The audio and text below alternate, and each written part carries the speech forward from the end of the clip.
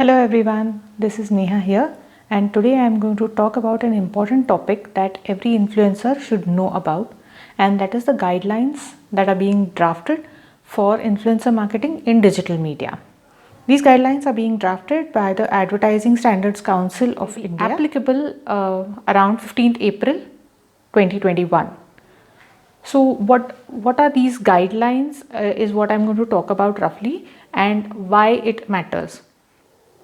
Digital marketing has grown tremendously in India, but apart from that, influencer marketing itself has become close to a 1.75 or 1.75 billion is the world estimate, and in India it is close to 75 to 100 million dollars right now. So that is why it has become important that there are some set guidelines about how an influencer marketing or an influencer promotes a particular product or service. So the crux of the guideline is basically to provide a uniformity in terms of how we are presenting the content and communicating to the end user that it is a paid promotion, or it has some kind of remuneration benefit to the reader or to the influencer. Now in terms of blogs or even on social media, we mostly do that, where most of the influencers do mention that this is something that you have provided, or so if you are reviewing something that you received it from the brand and your opinions are your own, or even in terms of blogs, you do provide a disclosure policy specifying that this particular product or service or this particular post contains some advertising material. But there's no standard way to do it, nor are there any frameworks where we specify that this has to be done, and that is where these guidelines come into picture. What the agency is proposing is that any kind of such kind of promotions that we do, we need to specify that it is sponsored. So, and this needs to be specified very clearly in the post or in the text or the video or the photo, whatever it is, and that needs to be standard. Like if there could be, if I am writing a hashtag SPON, SPON, it might not necessarily convey to the end user that this is a sponsored post. So they are thinking of coming up with certain labels that are very standard overall, and so all laymen understand that this is an advertorial kind of post that the influencer is putting up. Apart from that, they also are thinking about certain guidelines as to how it needs to be highlighted. So if you are an influencer and if you are writing about some editorial content, it needs to be mentioned upfront that this is an advertisement, this is a content for which you have been paid or you have received the product, etc.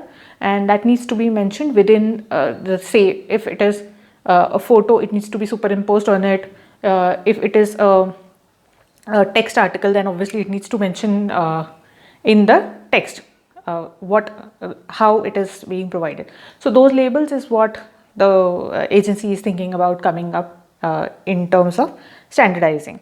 Apart from that, what they are also putting out is, like, if it is a video or if it is a social media post, then this disclosure needs to come within what is viewable when you are on that social media. So that means that the person need not have to click and scroll through the entire description or information that you are providing to understand whether it's a sponsored one or not. So whatever is the viewable text area, it needs to be disclosed in that area itself. Another important factor that they are mentioning is that the blanket disclosures that you might have put out in your bios or profiles, etc., that would not be accepted. So every post, if you're putting out 5 posts, and in that if there are 2 posts that are sponsored, then you need to specifically mention on those 2 posts that these are sponsored posts and whatever other disclosure requirements that they will come up in future. Similarly, if it is a video, now you have different requirements for videos, like Instagram has a different length, YouTube has a different length, etc. So what they are in general specifying is that your video should have at least like a 1/3 of the video segment should include your disclosure policy details. So if it is a link that you are giving, then it needs to be present at least for the 1/3 length of your video. Similarly, if the videos are smaller, 15 seconds or even smaller, or 60 seconds, etc., then it needs to be there, viewable, visible and easily understandable for at least 2 seconds if it is like a 15-second or less video. So these are the general guidelines that they are specifying. Even for image, like if you have Instagram images and or stories, etc., where you are not really writing a lot of text, there as well they want you to superimpose these stickers or labels saying that this is a sponsored post.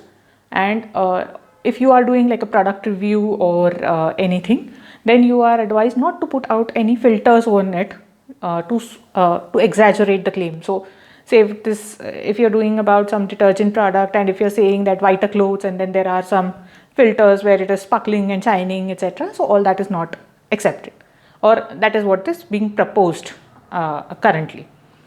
Apart from that, these disclosures need to be, if you are also doing like an audio post, then also the disclosure needs to be mentioned at the beginning and the end of the post, or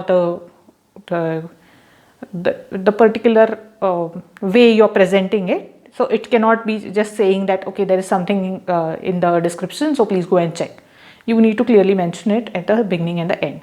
So these are the overall general factors that they are specifying for influencers. Now again, this is just a draft and there will be changes in it because they are asking for feedback and reviews. So once that is done, we will have some clear guidelines and details, say close to 15th April. So if you are an influencer and if you are somebody who is into the digital media marketing sector, then you should definitely know about these details. Do check out the ASCI website and understand these guidelines, so as to maybe provide your feedback or even suggestions, or to better prepare your posts or upcoming promotions based on these details. They are also expecting that if you are a brand, if you are an influencer and if you are talking about some product and its benefits, etc., so you have done a due diligence as to how good the product is, or whatever the claims are, how effective they are, etc., and if need be, you might have to show that in terms of the kind of mails you have asked, or if you have done some tests around it, then you need to talk about that. Or if you have asked the brand to provide you some certifications that the brand has said that they have, so all those details. Now because this is like a preliminary thing, they have just come out with it. I'm sure there will be a lot of changes in this, so it will be very interesting to see what are the final guidelines. But if the sector is being regulated, or if there are ideas about the sector being regulated or presented in a better way, then that definitely means that the sector has a huge potential to grow, and that is why they are coming up with these standards, so that the consumer is not fooled at the end of the day, and nor do influencers end up getting shortchanged in the long run. So this is a good news, but it is always good to know the complete aspect. So I would definitely urge everyone to go to ASCI website and understand these details. And if you have come across any other readings, or if you know some other information around this, do share it with me in comments, and I would be happy to understand more about it. Thank you.